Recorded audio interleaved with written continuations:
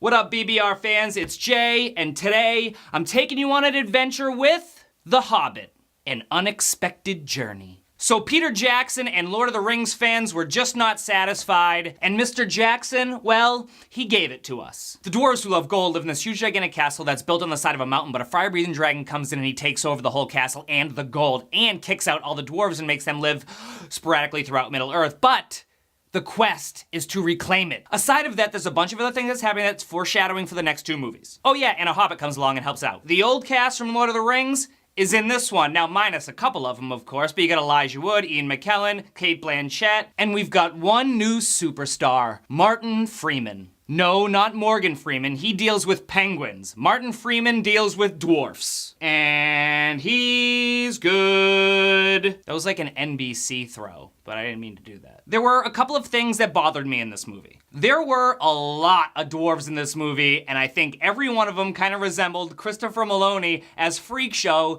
in Harold and Kumar. Tell me I'm wrong. The main villain in this movie is Azog, the Defiler, this huge pale orc. Every time they said the Defiler, I just felt like an old rickety van filled with candy should have drove across the screen. Defiler. Doesn't sound super vicious, it just sounds wrong.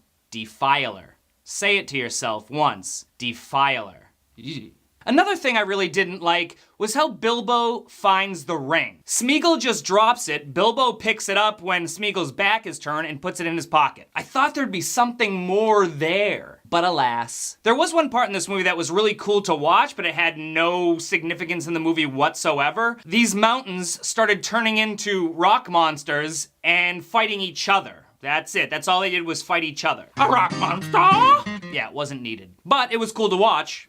So, Did I have a couple of problems with this movie? Yes, but I have a problem with certain things in every single movie I see. Am I gonna recommend you go see this movie? Absolutely. I love this story. I think it's great. I will sit down and watch every single one of them again and again and again. Not only because of the story, but I love Peter Jackson and I love the way he did it. One of the best parts of these movies is his wide shots when there's like hundreds of different characters within a scene and a bunch of shit going on. It just looks beautiful. From a guy who came to making his own props in the movies Bad Taste and Dead Alive to doing this, he's a genius. And he wasn't even supposed to direct these movies.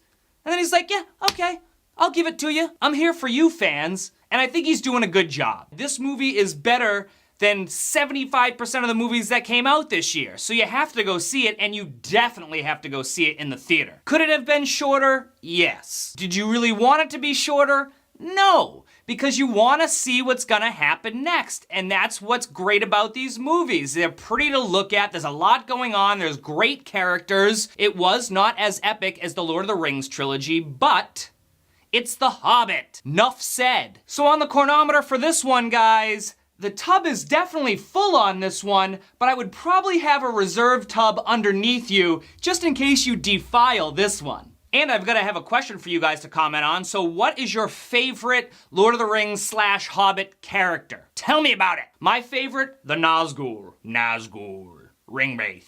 The Nazgul. I can't say it as good as Viggo Mortensen does, but there's an unexpected journey about to happen right here. So, here!